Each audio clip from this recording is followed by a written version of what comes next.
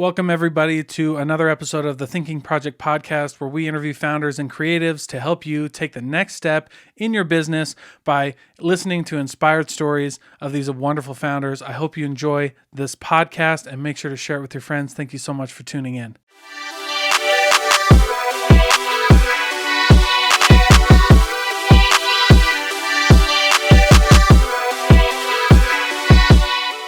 And we're rolling on both? Yeah. Cool. Well, welcome, Tyler.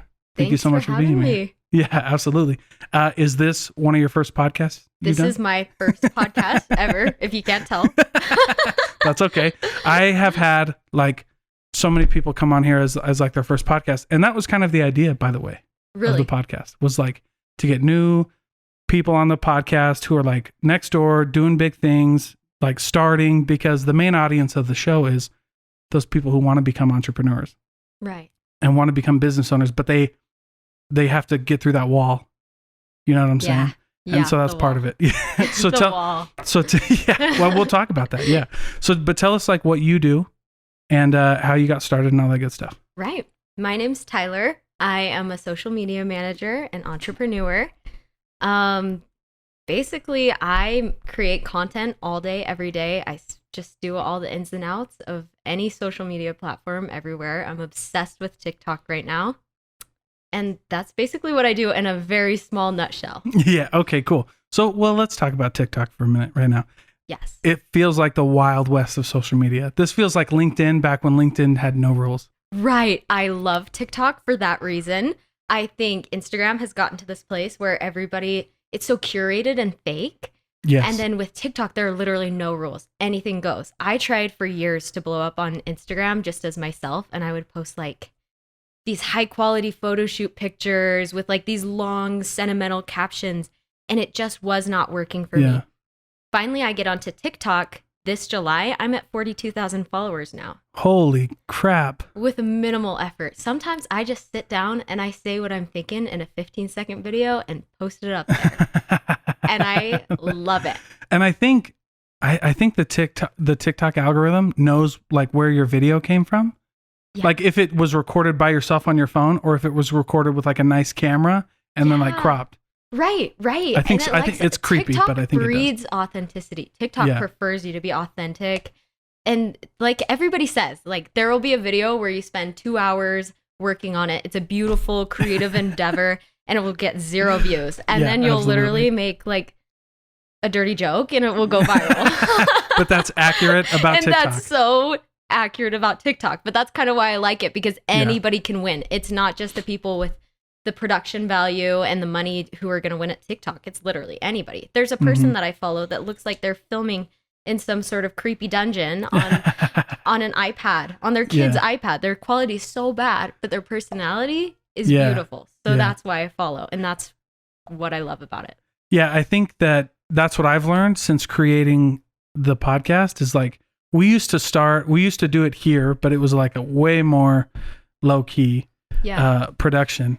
And they were still great. Like people still, and you know what I've seen though? I go, cause you'll study like other podcasters and okay, like what, like now I can tell, I couldn't before, but now I can tell like, okay, they're using this kind of camera.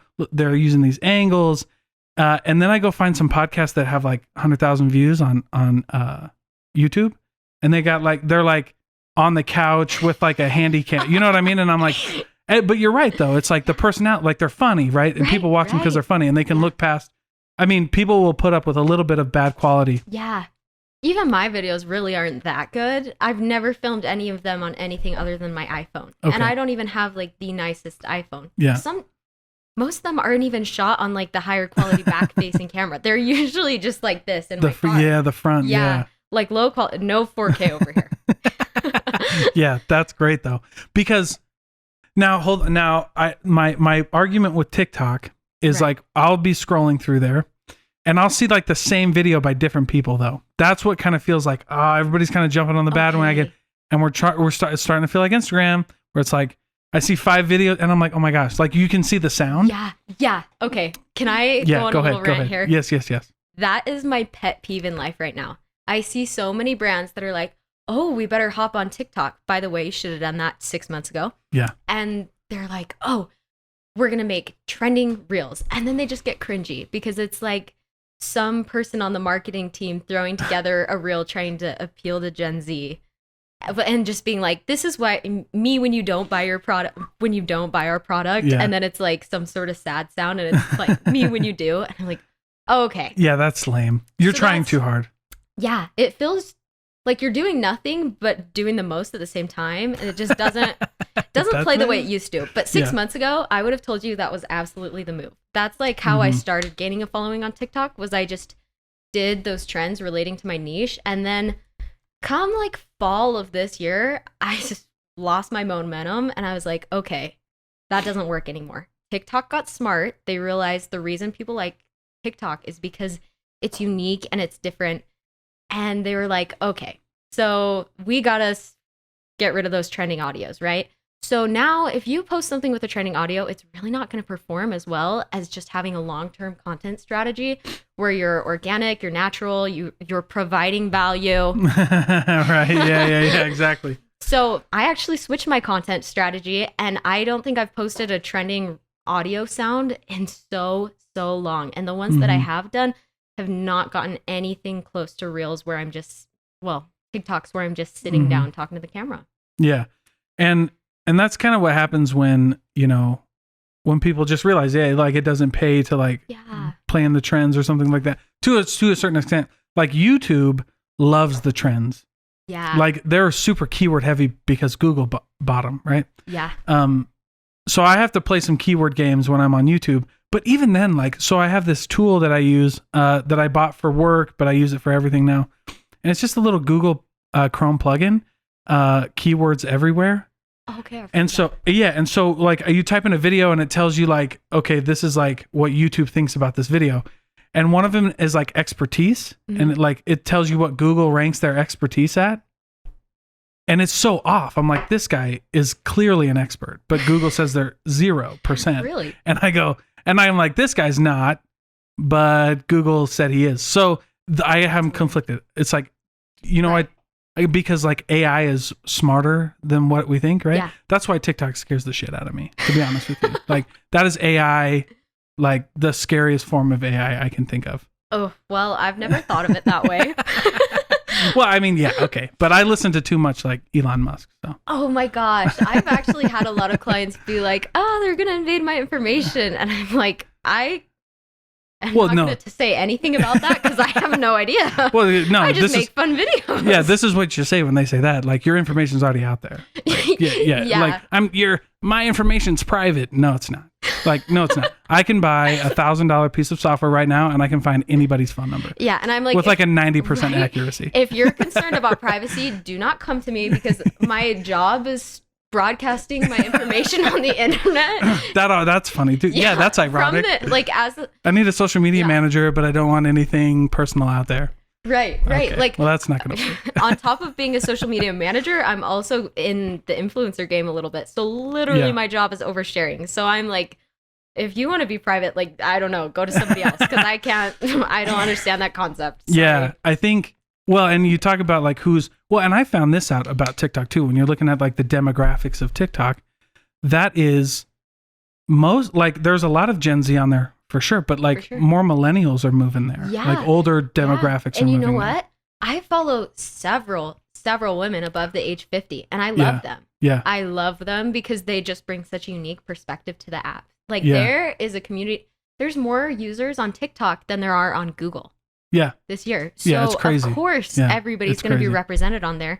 The only reason I think the only reason a lot of people think it's younger skewed is because the content creators are younger. Yeah. So think about how easy it would be to pop off as an older creator because nobody's making content. It's refreshing. It's an underserved community. So if you're older, like TikTok could be the big change in your business. Yeah, I think so.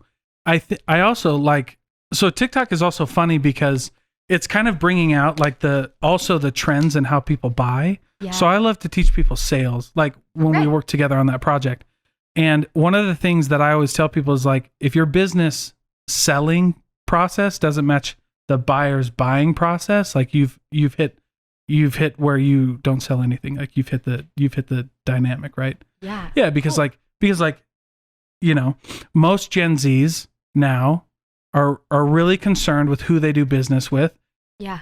And they want to do business with those businesses that match their values. So the business's values match their values. So it's more important as your business to put out the values that you have. And that's how you but now, like, that Gen Z buying habit that we used to think was like crazy, like it was millennials and then it was Gen Z.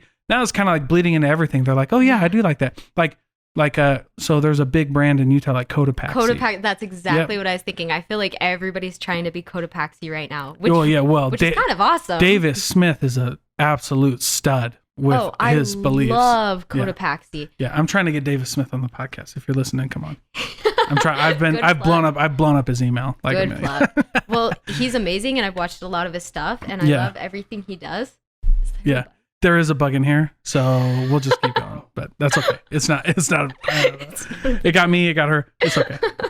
We do this in my home. Everybody know. But also, that to go back real quick, interruption. People like the podcast because it's like, you're gonna hear a dog barking. My kid might come down yelling and interrupt the podcast. But that's what you get. We're like growing entrepreneurs, and this is all we have to work with, and this is what you get. You know what I mean? Oh my gosh, I love that the internet has just lessened all of those barriers to entry to be a business person, to be an entrepreneur. I just love it so much. But yes, so we were talking about Cotopaxi though. Yeah. Like Cotopaxi changed the game, so now we're moving towards a lot of things that are like, so Cotopaxi's like really, a lot, like I think they said 70% of their products are reusable, are the leftover from the factories. And they're saying like by the end of 2022, they want to be 100% recycled products.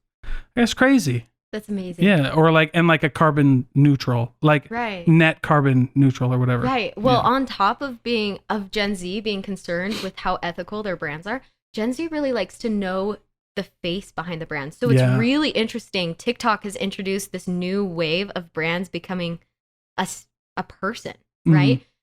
Brands are hiring little interns to come make TikToks for them so that there's a face to it. Yeah. I can't remember what brand it is, but they have a Planet Money segment. Okay. Have you heard of them? No. And they just hired this kid to come make these TikToks talking about finances, and he blew up the brand this year. Yeah. It's insane. Now they have millions of followers just because of this kid making TikToks as the face. And now he's the face of the brand. Yeah.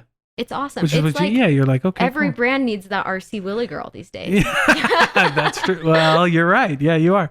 And I think that trend has kind of, because of that Gen Z trend and millennial trend, it's kind of spilled over into the older demographics. Now we're all really concerned about for a little bit. We still do business with Disney and Nike, but there's a point where you can't get away from that. So I get it. We do what we can with what we got. All right. Disney's TikToks are awesome, though. We'll give them that. No, Disney. Hey, I'm going to listen. Listen. I think they screwed my boy Johnny Depp.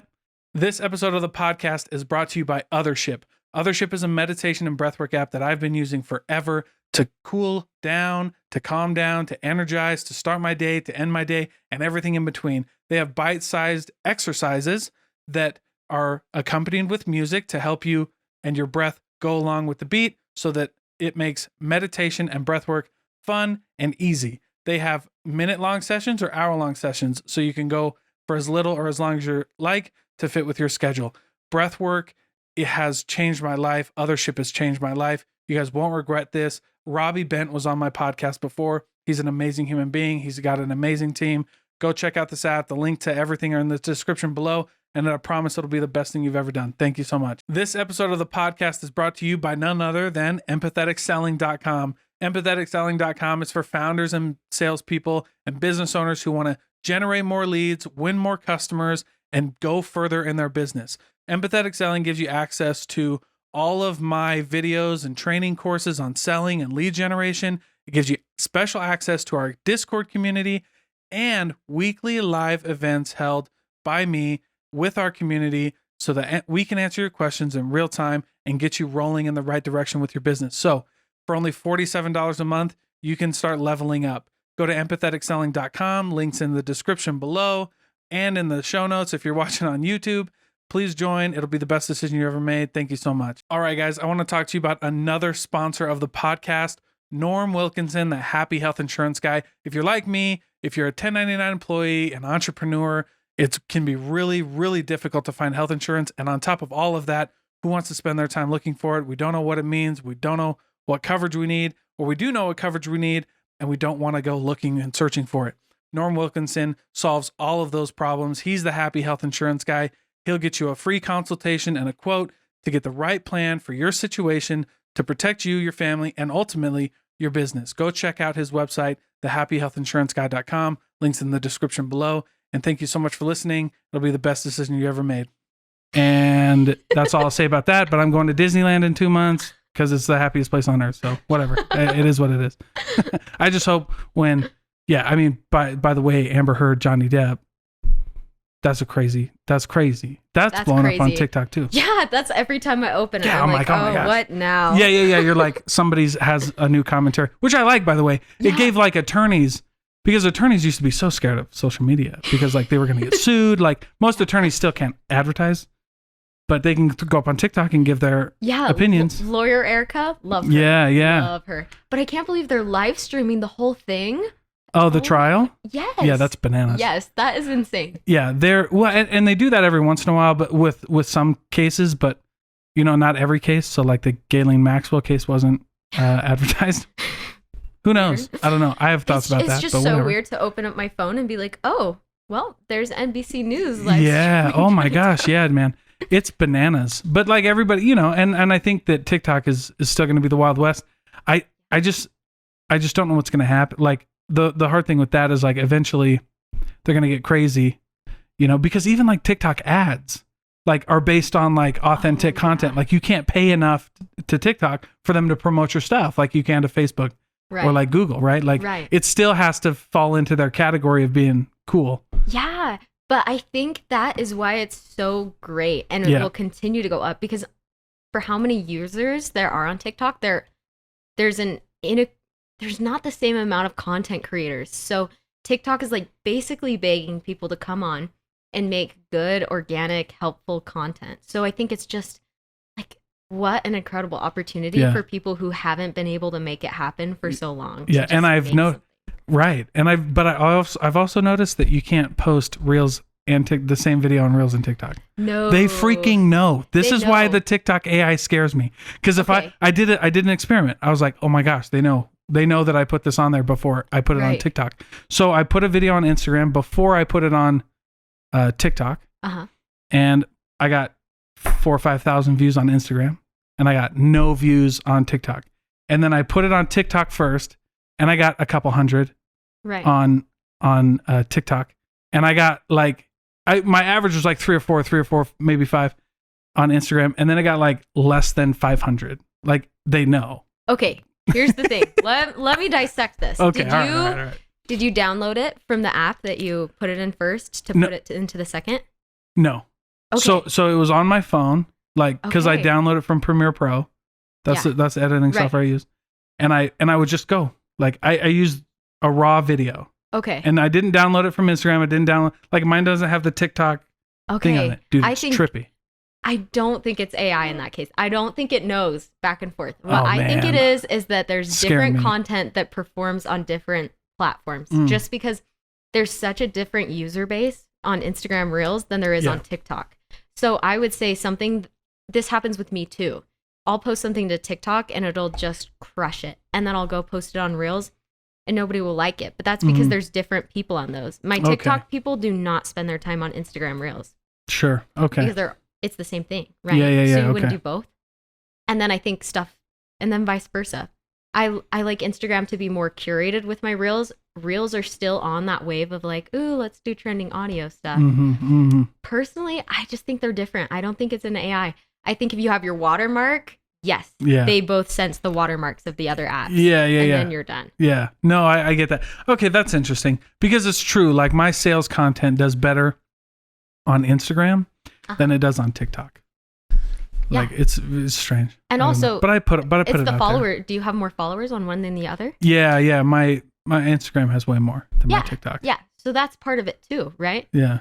And there's so many factors that go into it. What hashtags are you using? What time are you posting? Oh, cool. Yeah, that makes sense. I don't use any hashtags. And then what likes are you getting? It's crazy. Fair. It's crazy. You want about a 10 to 20% ratio of likes to views.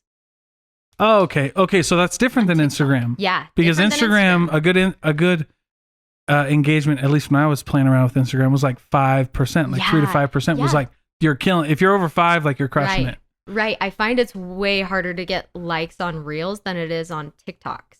Yeah, that's fair. In my experience, that's what I found. And I'll even stalk my TikToks right after I post them and sit there and refresh. Yeah. And I'll have like 100 views and 10 likes and I'll be like, oh, let's get that up. Yeah. It's seriously, it's unhealthy. It's like the stock market. It is like the stock market. That's a great. Oh, more likes. Because I know TikTok is going to absolutely squash my video if I don't hit that ratio of likes to views. And I mean, it's not always true. You can have like some sort of magical rainbow video that just doesn't follow this rule, and you can have some flops that don't follow the rule because it is a bit unpredictable. It's a bit Wild West. Yeah, it is. You're like, oh shoot, dude. But as a general rule of thumb, I know I'm gonna do okay if I have that 10 to 20% likes to views. But you know what I was just thinking of, because I'm actually preparing for a talk that I'm gonna give later this weekend, and so I'm going through a few things, but so my mind is in a different place, but. It's interesting that you brought that up, because I think what's cool about it being the Wild West is like now you're forced to just make content just for the sake of making content, and you're forced just to make what you want to make and be authentic, because if one person sees it or a million people see it, like you got to make the same stuff. And so you got to just make it because you want to make it and because you like it.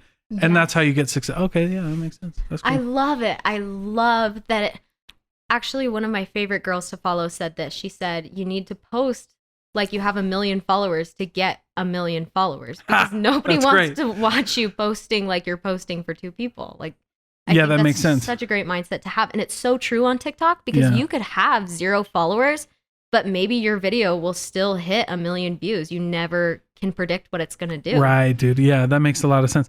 But that's cool, because there's a life lesson in there too. It's like, because, well, I can't remember the quote, but the way that I phrase the quote is, what makes you successful in one area of your business makes you successful in life, or like vice versa. Like, yes, I've heard that. I love it. It's all repeatable. Like, you can't be doing different things and getting the same result.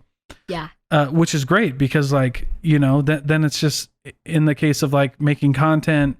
Yeah. You got to act like you've been there before. That's one of the, that's one of like the sales principles that I live by, that I teach a lot of people. Oh my gosh, see? Yeah, it's just like, well, yeah, it's like act like you've been there before. Because if you're my first sale and you say yes and I freak out, like, yeah, like we used to have a phrase like no high-fiving at the sales desk. Like no right? Like, even if it was my guy's first sale, I'd be like, no high-fiving at the sales desk. Because what I mean? Because it's just a bad, like... No, that's me with starting my business. I'll be getting emails that are like, we're so excited to work with you. And I'm like, yes, I'm very excited. I will send over the contract. Yeah, but in your head, you're like, yes. Let's go. It's so true, though. No, I was like, dinner's on me. Yeah, that's right. The house. I ran up and down the stairs. But in the email, I'm like, that contract will be drafted and sent to you. ASAP. Yeah, because you got to, like, because people want to know that who they're doing business with. Like, they want to know, like, all right, cool, they've done this before. Like, all right, cool, we're in good hands. Like, so that's, and that story, actually, that phrase, act like you've been there before, came from my football coach, who was like, we were in a game, it was really close, and our wide receiver caught the ball. And I mean, he was like all state. I mean, he was ranked in the country in the draft and stuff like that.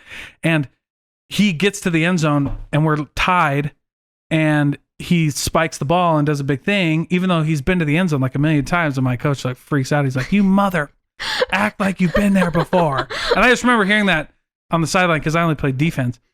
And I remember hearing, I'm like, oh, that's a good life lesson. Like, act like you've been there before, because he got a penalty and he moved us back, and our kicker was good. But anyway, that was the lesson, right? Is like, act like you've been there before. Stop acting like you've been there before. That's a good takeaway. Yeah, stop acting like a jackass and just like get it done.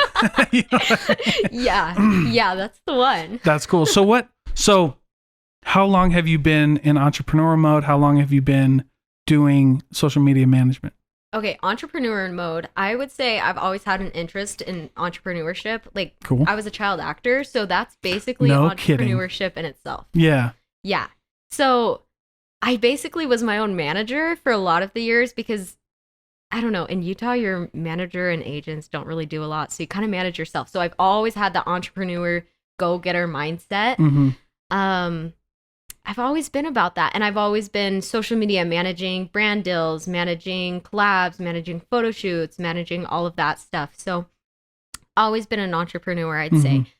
But my social media agency opened 2 weeks ago now. And so that is my first big plunge into owning a business. Cool. Well, it's a good business to start. Like if you're going to start a first business, I learned the hard way that you should probably do like a service business first. So like social media before you dive into like DTC, e-com kind of stuff. Oh my goodness. I was looking into starting e-com. Like a brand. Looking into starting a brand like right before this. I wanted to start luxury pajamas. I got my first sample in, right? Dope. And I wear pajamas probably more than I wear clothes. So it was perfect. Yeah. No, I got my first sample in from China.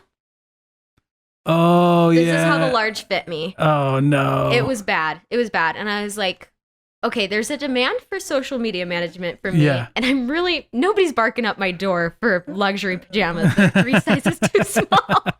So I kind of tabled that for now. Well, no, it's also just like a cutthroat, right. It's wild. Like, so I do a lot of like the business trends research, and like DTC is a big one right now. E-com is a big one right now. We just had I was just at Consumer Summit with Cindy Tetro and all those guys. Oh, were you there? Yeah. Cool. We probably saw each other because I was totally there. But like, dude, it's wild. Like you have to have a lot of money to do it. You have to have a lot of capital to start an e-com. You got to have a lot of investment to do that. My last social media management job was for a clothing boutique. Mm-hmm.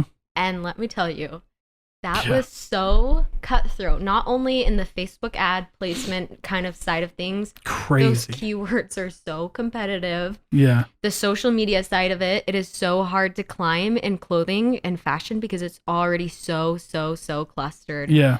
Everything about it, bad idea. Inventory, keeping a warehouse full of supply chain is crazy. Yeah, China orders getting backed up, canceled. Oh yeah, Shanghai's everything still about that. Yeah. Taught me that I don't want to do that. Well, it's just, it is though. It's crazy. And like my first DTC e-commerce business totally flopped. We got out of it by the skin on our teeth. Like we barely, but it was like also probably the hardest e-com business we could have started. We sold CBD. Oh, that's it's so hard. And especially when did you start it? 2020. Even 2 years ago, I'm sure it was harder than it is now. Oh, yeah, it was way harder than it is now. Yeah, so, because come so far. Yeah, right. Even in 2 years, because like when we started it, we couldn't do Shopify. So a lot of these e-com brands are on Shopify, now, or like CBD bands are on Shopify. Like when we started, Shopify was like, nope. There were no merchant accounts.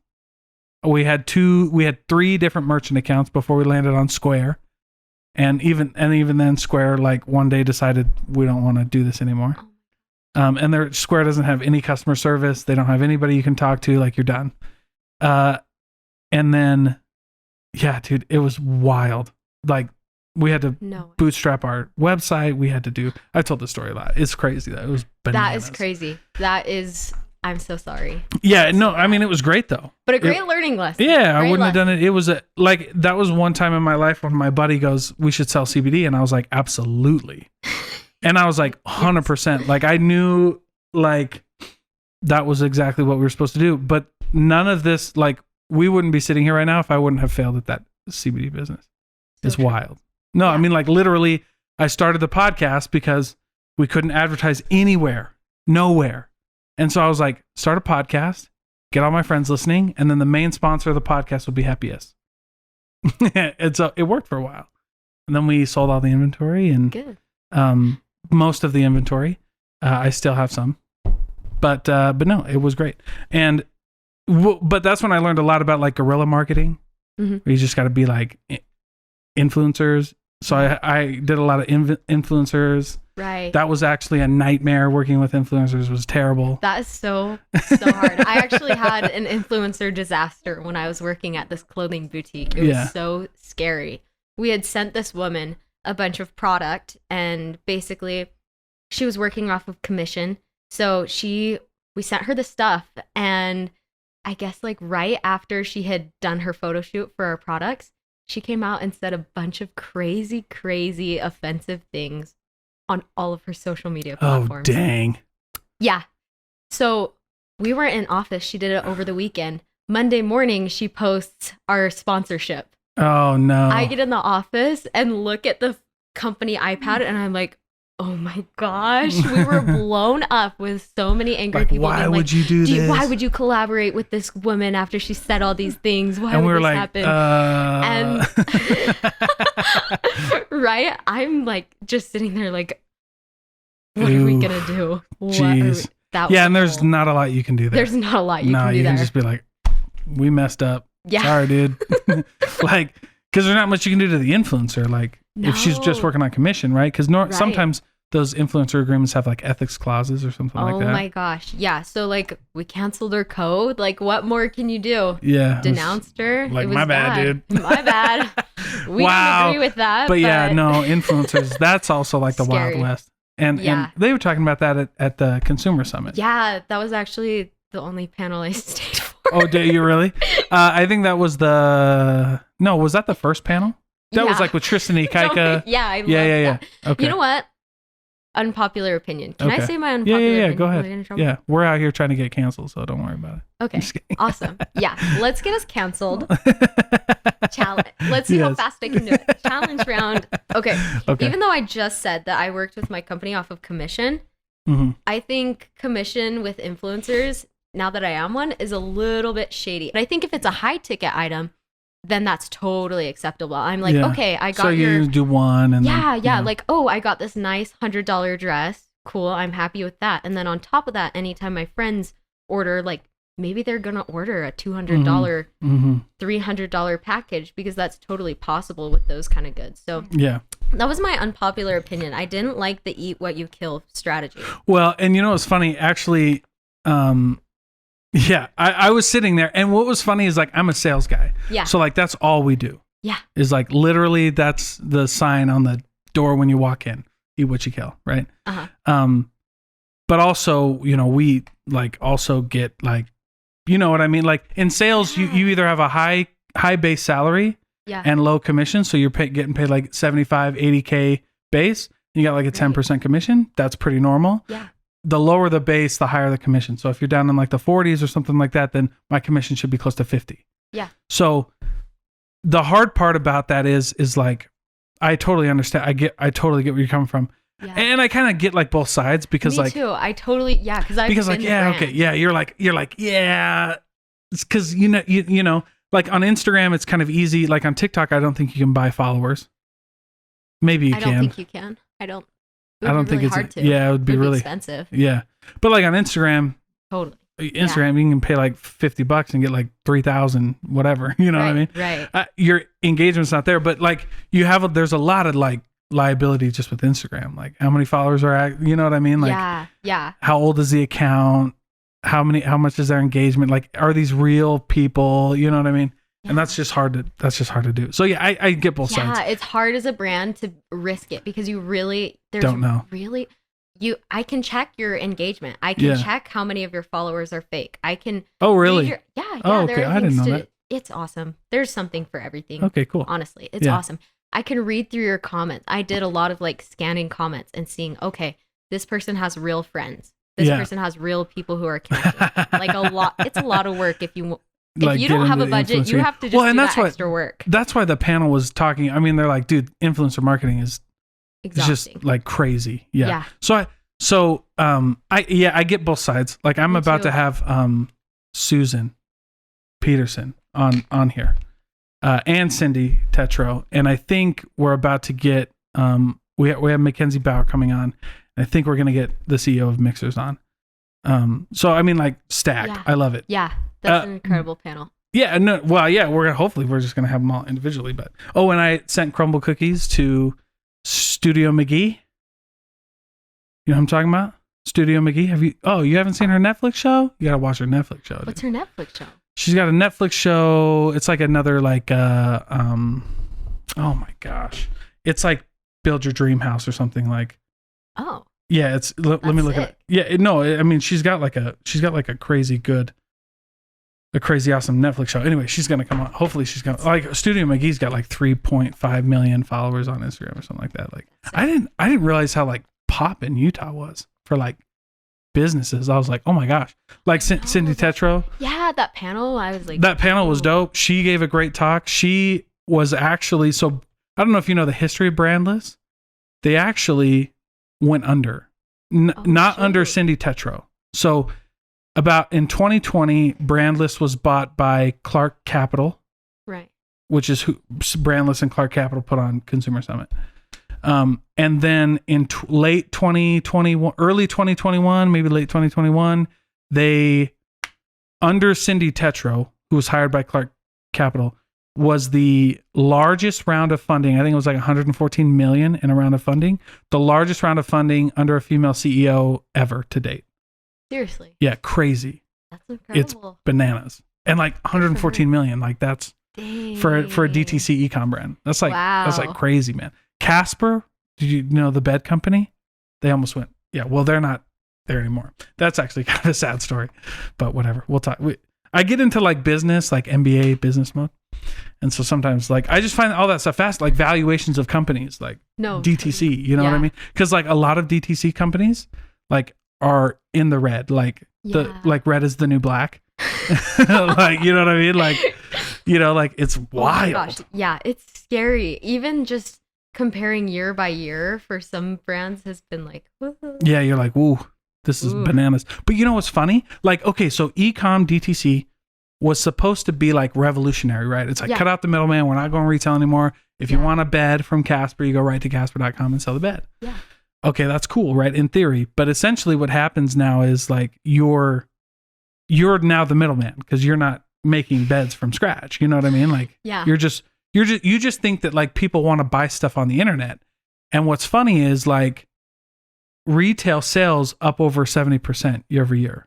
Like retail sales is like, and e-com DTC 20%. So it's like retail's not dead. Like people still want to go out post COVID.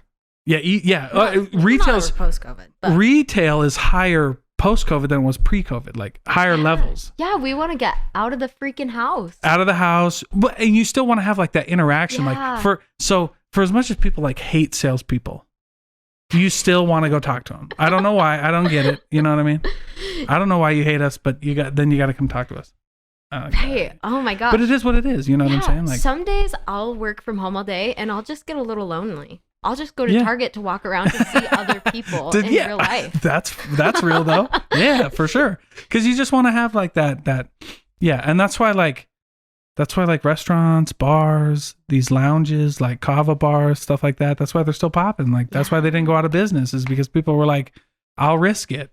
I don't get political about COVID. I don't really, I don't really do that. But like the numbers don't lie. Yeah. You know what I mean? Like numbers don't lie. Like more people are going out than ever before. Yeah. And retail's up despite of a pandemic. I don't know. Somebody's lying, or you know what I mean? I have that book. It's called like Everybody Lies. So like they did a study for like what was the first study they did? I think it was something like condoms, and like they interviewed people and they got like the numbers from people, and then they looked at like condom sales and they were totally off. Like there was like more condom sales than there were people saying that they used them. And so you're like, you guys are lying, right? Like this is crazy. They're like, I would never have, like 40% said like I'd never have sex, and then like 80% condom sales. You're like, yeah. You're like, it's got a balance, man. Everyone lies. Everyone lies. And but that's like a data thing, which is also really scary. Like that's why AI freaks me out. Did you ever read The Power of Habit? I haven't. Okay, you got to read that book because it'll freak you out. But like one of the stories in that book was Charles Duhigg wrote it, and one of the stories in the book was about Target and how like so Target started mapping customers. So do you remember? Were you there for the AI panel at Consumer Summit? Okay, the AI panel was actually dope. Like I was like, oh, Dude, I got hungry. I had to leave. Yes, I did not stay. I think it was like 11:45. I just went out and started networking or whatever. But like the AI panel was dope. But like, so because the Coke lady said it, she's like, we have like data points in the store where we can tell like if somebody goes here, they're most likely to buy these things. So we're gonna put those things around it. Like, you know what I mean? If you buy a Coke, you're probably gonna buy X. Oh my gosh. It's creepy. But Target was the first people to do that. And how they got like caught essentially was like they were mapping customers in the store and they were tracking what they were buying. And then they were like, okay, so if you buy X, Y, and Z, you're going through this. So we're going to market you like this, right? So one day, it's a crazy story. One day, a 16-year-old girl goes in there and starts buying stuff. And Target knew, because they mapped their customers' data, that if you bought these items... Break up. No, you were pregnant. And so Target sent them home, mailed them a flyer, like pregnancy stuff, like diapers, bottles, like... Because she had gone in there a few times looking for stuff. And the dad got the letter, and they're like, why are you sending my 16-year-old girl pregnant stuff for pregnancy and mother stuff and like baby stuff? And so he flips out at Target, gets like yells at him, and then goes home and finds out his daughter's pregnant. You're joking. Like in real life. So they had mapped, Target had mapped buying patterns of consumers so much that they could tell if somebody was pregnant before like their family knew or like they knew, right? Like stop. It was wild. But that's why the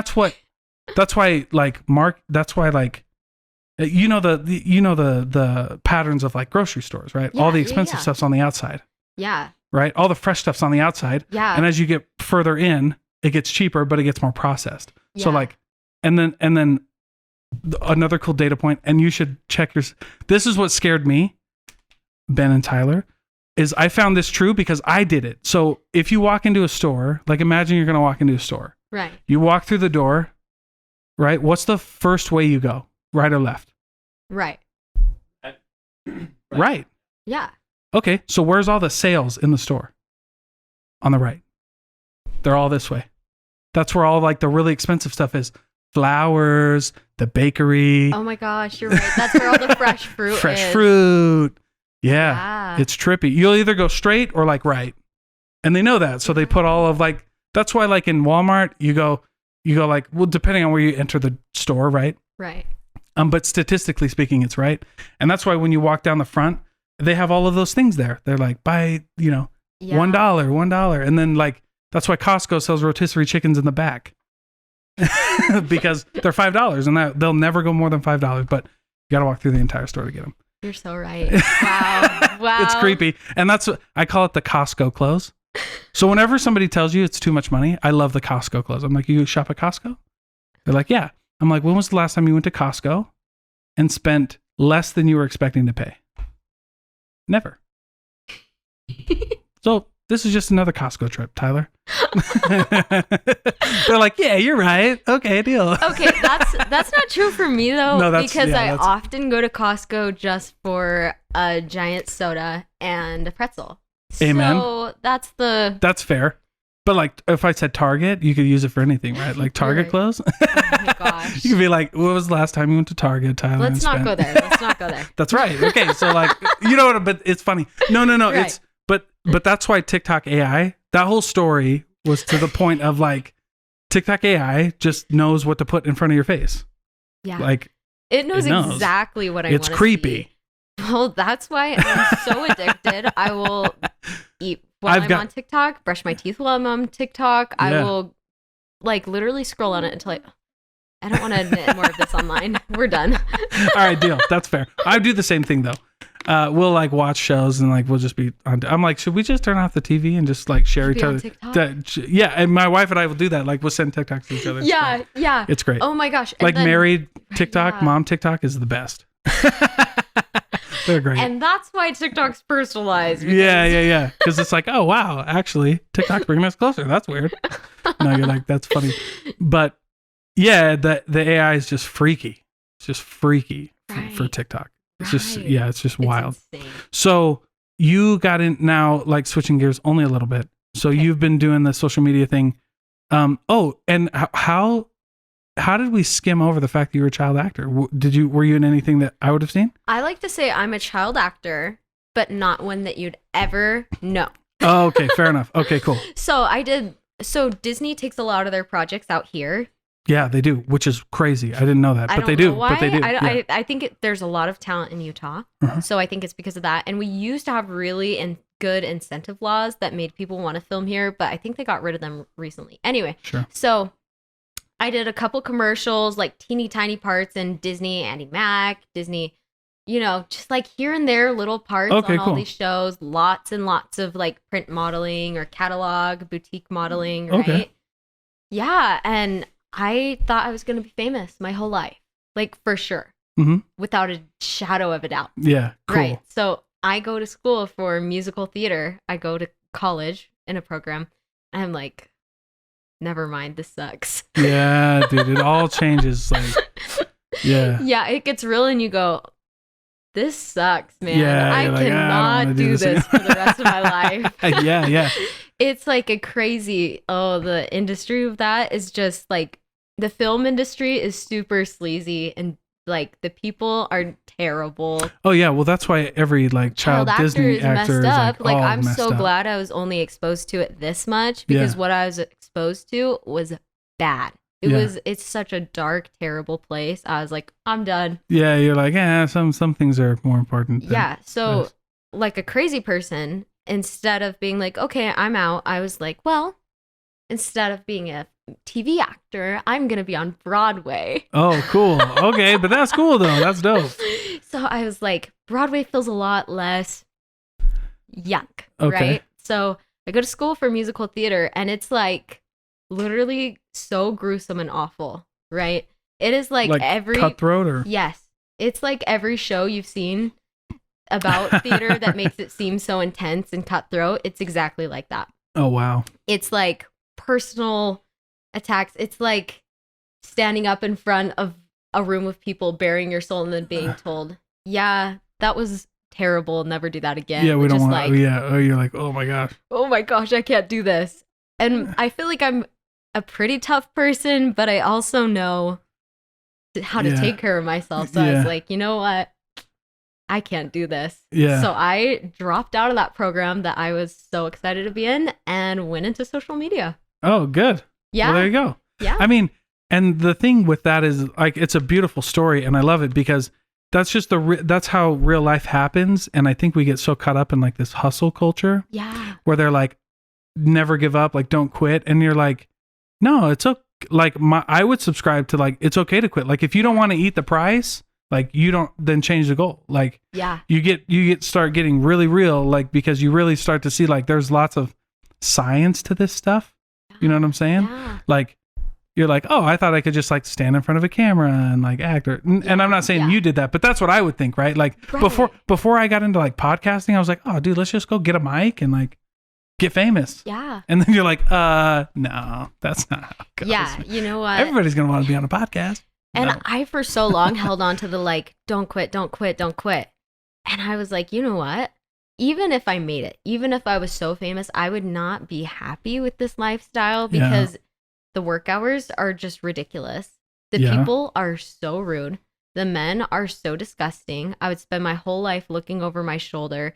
Even at like that marginal level of success I was at, it was terrible. So I was like, this is not the life. I would rather be disappointed in myself for quitting than be sad for the rest of my life. Oh yeah. And I'm not disappointed in myself but that's for good quitting. Though. Yeah, that's good though. But I thought like it would be so hard to quit, but I'm like, never mind, life is awesome. Yeah. So there was a post a while ago, like on LinkedIn, where this like a football coach, like pulled one of his players in, and who was like not doing well, and he was like, "Do you want to be here?" And the kid was like, "No." He's like, "All right, then quit. Like, there's nothing wrong with that. Just like you don't have to be here." And the kid did the thing and everybody like bashed this coach. He was like, "Oh, if my dad would let me quit, I wouldn't be in the NFL right now." And I'm like, "Well, but that's different. Like you wanted to be there, you just weren't good at it. So you needed, you know what I mean? So you needed to like get better." Right. Okay. But if you like know that that's not your dream and you know you don't want to be there, like life is way too short to like start pursuing stuff that like you don't want to be in. I had that football coach talk with one of my good friends who was in the program with me, and she was doing so poorly. She was one of the most talented girls I've ever met in my life. But I was like, listen, you've showed up to class twice this week. Yeah. Your grades are terrible and you hate being here. Why are you here? And she was like, I don't know. Yeah. All right. Then yeah. I was like, you can quit. It's okay. It's okay. Yeah. But like, you know, and then you get like, so I get a lot of flack for that, but I'm like, it's okay to quit. I actually don't. It's okay. Yes. Especially if you go do something better. Yeah. And I was like, and I tell people all the time, like, if you don't have any better reason, you just say Dalton said it was okay to quit. And if that's all you say, I'll take all the heat. But you can quit if you want to, man. Yeah. It's like, yeah. Because nobody's gonna quit and do nothing. You're gonna find something better, and you're gonna keep quitting things until you find what works for you. Amen. Yeah. Because like you have to do that kind of stuff to like understand what you want to do. Like everything was a stepping stone. Like for me, everything was a stepping stone. Like, you know, I didn't want to do this. I didn't like this. So I kept going and I kept going. And now I found kind of like where I'm at. And in 2 years, is that going to be like where I'm at? I don't know. That's why I hate that question. Where do you see yourself in 5 or 10 years? I'm like, dude, I don't know where I have to call my wife to figure out where we're going tonight, bro. You know what I'm saying? Like, I don't know where I'm going to be in 5 years. Hopefully with a job and making money. Like, I don't know what you want me to tell you, dude. Like, I think it's the worst interview question you could ask. And like, some people are like, oh, you want to see if they're lifers. I don't care if you're a lifer, dude. Like, I don't care. I sold, right? And people are like, I want lifelong salespeople. I don't. Dude, like, get out of here. Like, hopefully I trained you well enough that you can go do something better with your life. Like, I was like, where am I 5 years from now? Hopefully on a beach. Skinny, tan. Not here with you, dude. Like, if you're telling me I can make over $100K a year, I'm definitely not going to be here in 5 years, dude. I'm going to save up my money and quit, homie. Yeah. 5 years from now, ooh, I hope I just have better shoes. Yeah, exactly. But it's true. Like, that's actually what I think when I hear that question. So, like, I got real with like interviewers now. I'm like, but that's kind of the thing. Like, I just tell people, like, learn a skill. Like, if you can learn some kind of skill, like selling or social media or like content creation, videography, like if you have some kind of skill like that, you'll never be out of a job because like somebody out there will need your skills. And like, then it just comes down to like finding them. But, you know, like, so my whole conversation changed with people when I just realized like, I don't need anybody to be successful. Like I know how to sell. So I can like, if I got fired, and I say this all the time, but it's like, this is that kind of confidence I like to instill in people. It's like, if my boss called me up right now and said, Dalton, don't come into work tomorrow. We don't want to hire you anymore. Like you're done. That's cool. Like I'd pick up the phone and make one phone call and I'd have a job tomorrow if I wanted to. Like I have a job, like I could do that. Or I could not pick up the phone, do my own thing and be okay. I don't care. You know what I mean? But like, not a lot of people have that luxury. And I think not a lot of people have that luxury because there's no like marketable skill. But like, you know. Right. You know. Yeah, one of my favorite business people, Ethan from Thirst Drinks. Thirst Drinks. Oh, I've heard of this guy. Yes, Ethan. Okay, I've seen him out there. Oh my gosh. Oh, love him. I think I've actually tried to get him on. He has a podcast. Yeah, I listened to his podcast actually. Okay. And one of the best things he said something along the lines of business school is, or maybe it was one of his guests. Anyway, he said something about a lot of business people go to school for business and then their skill is general business. So you're so much better off if you go get the skill, you go invest in the skill, and then later you get those business skills to help support you in that skill. So whether you're making cookies and that's your skill, or if sales is your skill, learn that first and then build the rest around it. Yeah, I like that a lot. I think and the whole college bashing, like I just say college isn't for everyone. Yeah. You know what I'm saying? Because like the problem with like this college bashing culture, right? You go on there and like, college is worthless. It's stupid. There's a lot broken in the education system. Don't get me wrong. But the mindset that people get when they hear this is like, oh, I can just not go to college and start making tons of money by myself. And I'm like, that's not true. Like you still have to pay to play. You're either going to pay a college and learn something, or you're going to take like a huge pay cut And you're going to work as an apprentice for social media. You're going to work as an apprentice for, you're going to be someone's executive secretary. Like you have to pay to play. Right. You know what I mean? Like you have to do this. And courses are so valuable, but they still cost money. I've had like 2-3 internships. I've done all the trainings in the world, and it has not made me a lot of money. Those didn't make me money. Sure, but like, you did it. But it paid off. Yeah. Like, so I'm never going to be like, oh, college is fun. Yeah. People don't talk about that enough. I went to online school my whole time, so I don't know. But anyway, all good. Okay. We are nearing the end, Tyler. So let's do a lightning round. Like I said, questions are really easy, but it's just fun because we get in these conversations and sometimes the message gets lost in the story. Yeah. We may have done that a little bit. but the message is all the same. So here's what we'll do. We'll just ask a few questions. We'll go really quick and then we'll see what happens. But I like these questions. So what book do you recommend most to budding entrepreneurs? Ooh, for social media, Contagious by Jonah Berger. It's amazing. I've never heard that. Best advice I've ever heard. Such an easy, cheap read. Contagious by? I think his name is Jonah Berger. Okay, cool. Okay. All right. So what's the best purchase you've made for your business under $100? Probably a ring light. A ring light. Okay, cool. Well, yeah. Oh, yeah. You're on social media. Okay, cool. The one that you can stand your phone up in. Oh, dope. Like, I can make content wherever I want, whenever I want. Are you kidding? It's genius. You don't need much. Like, seriously, you need an iPhone and a ring light to get started. That's sweet. Okay. What's the best advice you've ever received? Ooh, if you're not doing it, somebody else is. Ooh, that's a good one. I love it. My professor told it to me for theater, but it was awesome because I think about it and I'm like, you know what? If I'm not working right now, there are a zillion people who are. If I'm not putting in the effort and the time and the hours, there are a zillion other people who are. And that doesn't, like, that's not super hustle culture, but like, you know what? Get out there. Get out there and do it. Start working. What's the worst? The worst? Ooh, I don't know. Gary Vee lately has been really hard to listen to. So basically, anything he said recently has just gotten on my nerves. Okay, interesting. Okay. What about Gary? Well, Gary Vee is big into NFTs right now. Is that what? That doesn't click with me. I don't get it. I'm sorry. I'm not in the NFT space. Oh my gosh. Well, am I missing something? Am I missing out? Well, let me ask you this question. Why don't you like NFTs? I don't know. The art's really bad. Is that bad to say from an artistic standpoint? No. Well, but yeah, some of Picasso's stuff I didn't think either. You know what I'm saying? I think beauty's in the eye of the beholder with that. But like that's it. Is that all? The NFT, I don't know. I just couldn't think of a better answer, honestly. Yeah. Okay. But like, what about Gary Vee? Is like, I love Gary Vee. Yeah, no, I love Gary Vee too. But I'm open. Like the NFT stuff, I don't know. And lately he's been a little bit, I don't know. It's been, what is the word to it?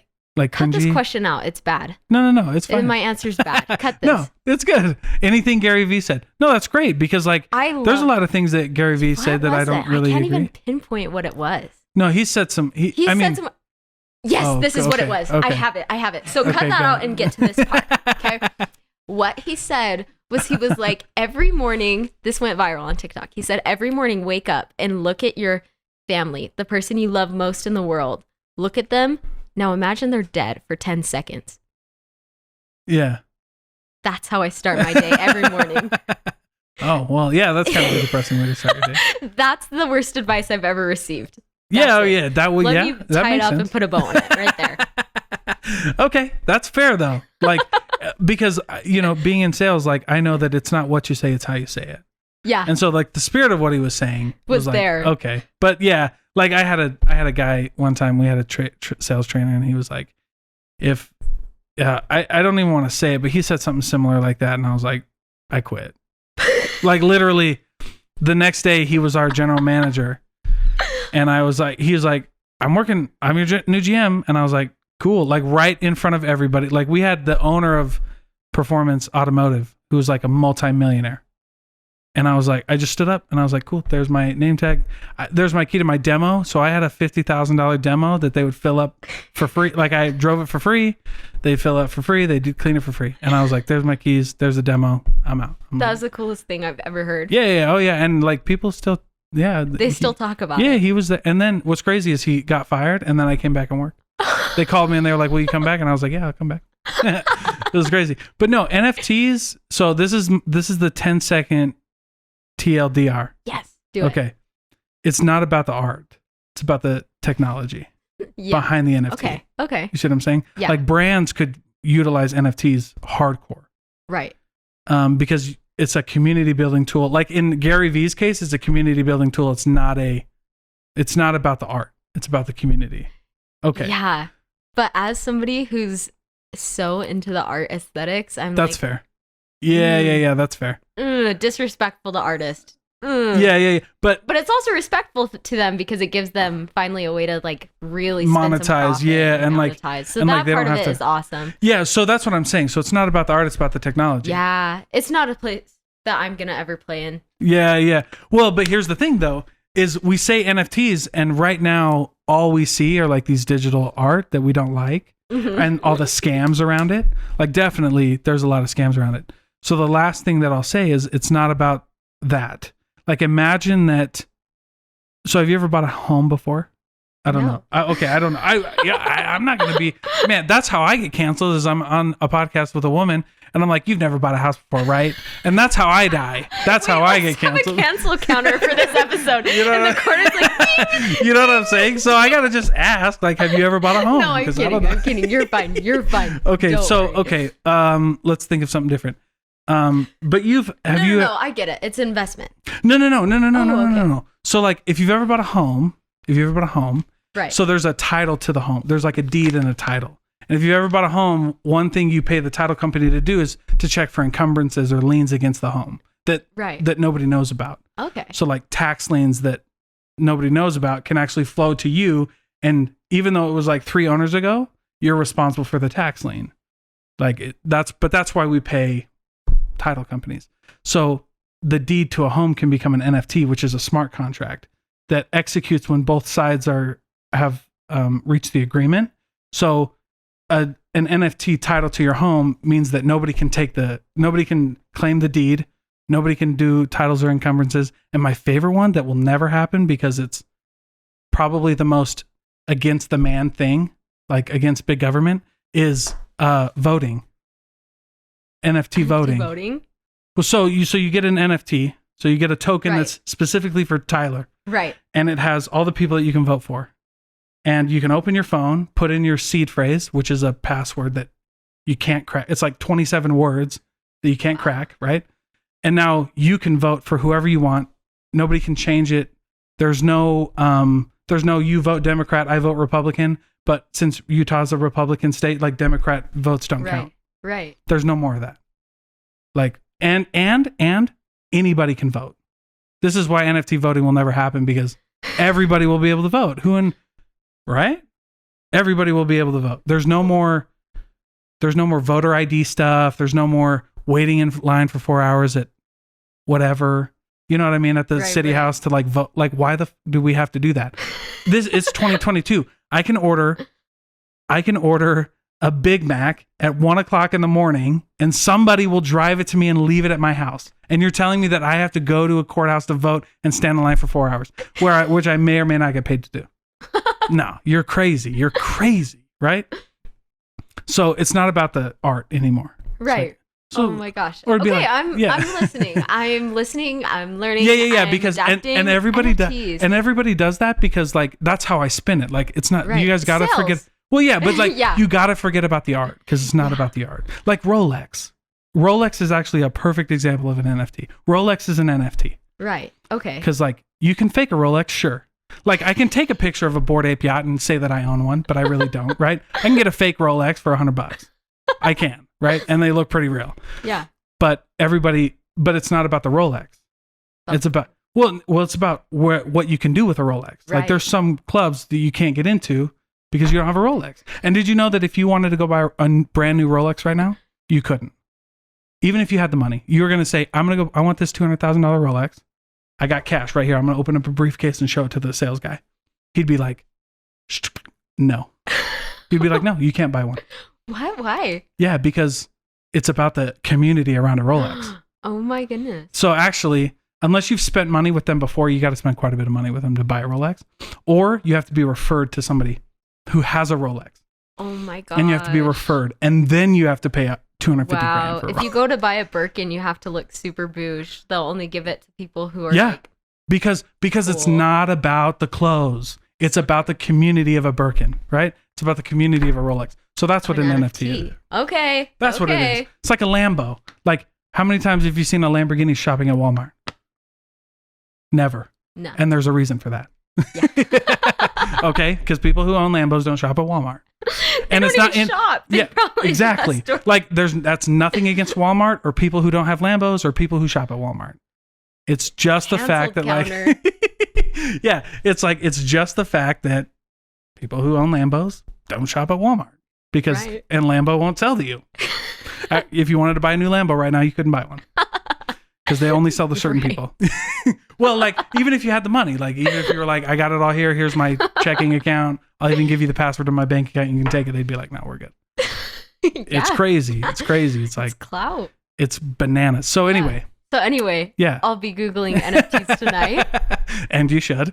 Yeah. Actually, at the Consumer Summit, I saw one of my previous podcast guests and now friend, Camden Lahargue, and he was like, dude, you turned me on to NFTs. He's like, I bought a whole thing in my house to mine Ethereum and Bitcoin and stuff. And I was like, okay, cool, dude. I was like, it's actually awesome. But I was like, yeah, that's what when you learn about this stuff, like this stuff is World War III stuff. Like no more banks. Like imagine merchant accounts. Okay. And imagine a merchant account like Stripe. Like, do you use Stripe or like Venmo? Oh, yeah. Think about Venmo and Stripe. Okay. So why does the government need to know what I paid you and how and what it was for? Because that's what it is. Yeah. Well, like taxes, but also they take a percent. It's just a middleman. Yeah. Right. So NFT merchant account is now me and you paying money. It's anonymous. Nobody know. And by the way, now there's no refund. Like there's no more cancellations. Like if you get on Stripe and you get too many chargebacks, they'll take your Stripe account away. Right? Like if somebody disputes the charges too much, they'll take it away from you. And so now that none of that, I'm going to pay you and you and the contract executes when you get the money and when I pay the money and then it's done. It's irreversible. That's it. Okay. Yeah. No more chargeback. It's not about the art. It's about the technology behind it. Got it. That's what I geek out about. Okay. I'm going to start making them, but they'll be pretty. Yes. Okay. Ben with, Ben, my producer. Thank you, Ben. That was actually very kind. This episode is NFTs and Tyler. NFTs and Tyler. No, I'm just kidding. No, it was a great episode though. Tell everybody where they can find you, where they can go for your services. Yeah. Okay. So do I look in the camera? You can look wherever you want. I feel like it's a little too personal. Okay, go ahead. Okay. Just tell me. Okay. You can find me at Tabloid Marketing on Instagram and TikTok. And then my personal on TikTok is Taylor Blender. And then my personal Instagram is Tyler Bender. Okay, cool. Oh, Tyler and Taylor? Did I hear that right? I go as Taylor Blender on my personal TikTok because it was like, it started out as a joke. I was super embarrassed. And then I started getting recognition. I was like, crap, I can't change it now. Right. Like I'm quoted in Bustle. Oh, wow. I'm quoted in 10 publications now as Taylor. Whoa. Legitimately. People have not cared cool. to check me out. But you know what? So that's cool though. I've heard of people doing that where like my mom's name, my mom's doesn't go by her first name. So whenever somebody called and asked for her by her first name, she knew that it wasn't a friend and she'd hang up. Oh, yeah, that's what I was going for. But it's cool. Like now, if you don't know me, right? It's like, who said was it like Matthew McConaughey or someone who was like, if you have a problem with me, just call me. And he's like, and if you don't have my phone number, you don't know me enough to have a problem with me. You're like, that's sick. That's cool. It's kind of nice to have that distance from myself, like that little teeny tiny bit of distance I get because TikTok is hard. I get scrutinized day in, day out. So it's nice to have that distance. Everybody's like a Twitter warrior, Yeah. It's like, you can say anything behind a camera. That's also what's wrong with our generation. Yeah. You can say whatever you want and not get punched in the face. Dude, I called a soda a sody. Oh yeah, okay, yes. Funny? And I've been bullied about it millions of times. Like, seriously, like hundreds. Yeah, didn't it come from the My 600-Pound Life or something like that? Yeah, it's just funny. Thank you. It was just a joke. my wife says funny. if you're, it was just a joke. Or another time, I put Root cover-up spray on my face and it like left a hole, and I got made fun of like crazy. Yeah, like, I had 38 million views because people were duetting it, memeing. I turned into a meme. Whoa! I turned into a meme. I'm serious. Wow, dude, that's bananas. Oh, by the way, okay, memes. Hear me out now. Okay. This is crazy, okay? But you get a meme, right? So have you seen the girl who like hits her hip on the bedpost? Like everybody's seen that one on TikTok, and she makes that wild voice, like. Do it. Oh, you haven't seen? I haven't. You seen have to do the voice. My voice is too deep.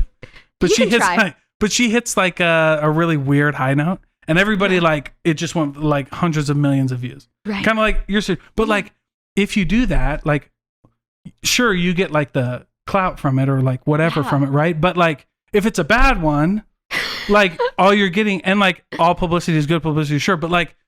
Do you remember when the whole thing with like celebrities and being a meme for celebrities was going down, and like they were trying to sue people because people were making money off of their name? Right. Okay, this is what. All right, dude. Here's my idea. NFT social media, where like now if you become a meme, you get paid off of it. That's actually genius. Okay, because like now, like okay, you can make fun of me all you want, but I make 10 cents every time. But I make 10% every time you meme it. Right. Right. If your account makes money and you use my NFT, that smart contract executes and I get money and there's nothing you can do about it. I would have loved that last month when I got memed. Yeah, right. But people, like it was seriously people from like countries all over the world. It was not even people in the US. It was people in like, I'm not even kidding, like villages on old Androids just duetting it, giggling. They were not even adding value to the content. They were just laughing. Their face watching like this. And then them losing their mind laughing.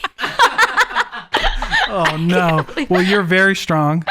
Yeah, you're very strong. I do deserve a bit of recognition for making it through that and like the Sodi controversy. It's been a rough March and April were rough for me.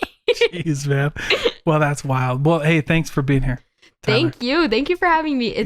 You are fabulous. Thank you. Thank you for having me. All right, we good? Yeah. Roll Tide.